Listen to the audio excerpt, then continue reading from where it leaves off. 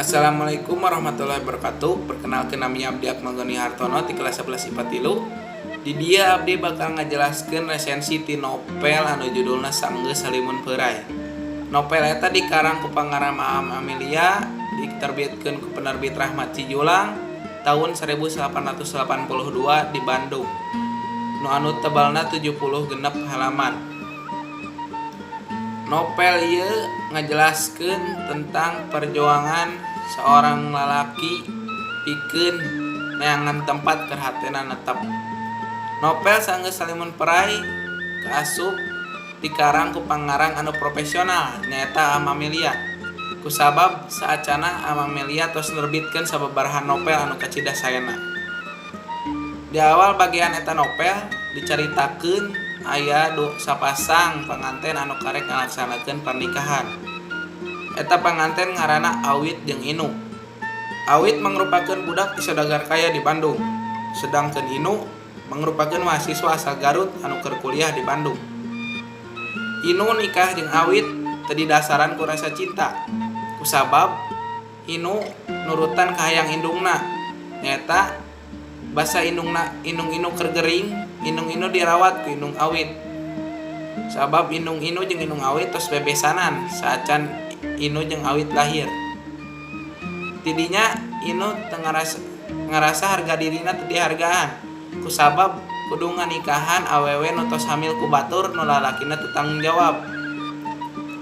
Indung Awit menta ka Inu pikeun ngabaturan Awit nepi ka bayina lahir, anu ayeuna tos jalan 5 bulan.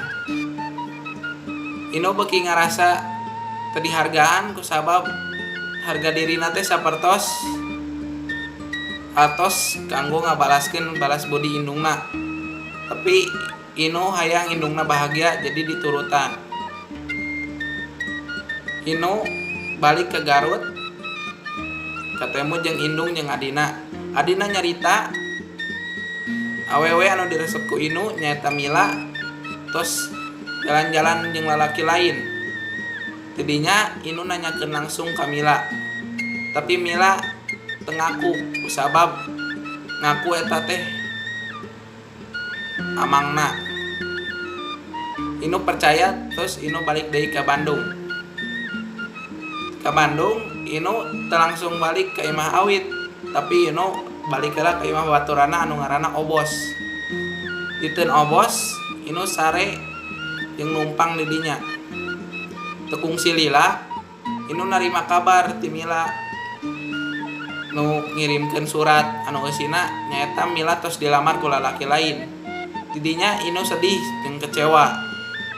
Tur didinya Obos nganasehatan Inu, sangkan lalaki mah bae rek ngalakukeun nanaon oge. Jadi didinya Obos ngenalkeun awewe anu dikenalana ka Inu.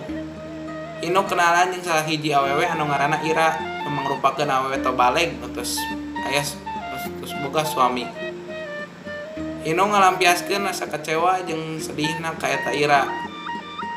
Sanggeus ngalampiaskeun, Inu karek inget manehna teh aya Awit.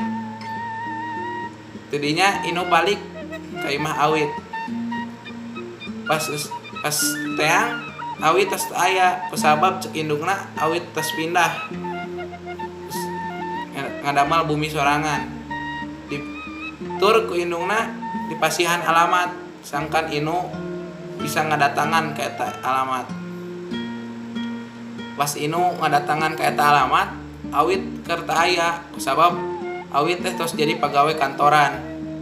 Di imahna ngan aya Ina nu mangrupakeun budakna nu karek sasasi jeung pangasuhna duaan.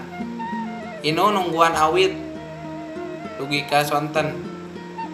Pas Inu katemu sareng Awit kadon teu narema Inu kusabab basa awal nikah Inu siga nu ngarasa benci ka Awit. Tidinya Inu ngarasa salah jeung menta hampura ka Awit. Awit ki ngarasa kasalah ka Inu tos ngabagedan. Tidinya Inu jeung Awit jadi keluarga anu bahagia nu tos boga budak sasasi umurna. Sakitu wae resensi ti Abi. Amanatna nyaeta arurang kudu ngahargaan awewe mana wae kusabab arurang ge dilahirkeun ti awewe nyaeta indung sorangan. Jadi orang kudu ngahargaan awewe sapertos ngahargaan indung sorangan. Sakitu wae resensi novel ti abdi. Hatur nuhun kana perhatosanana. Assalamualaikum warahmatullahi wabarakatuh.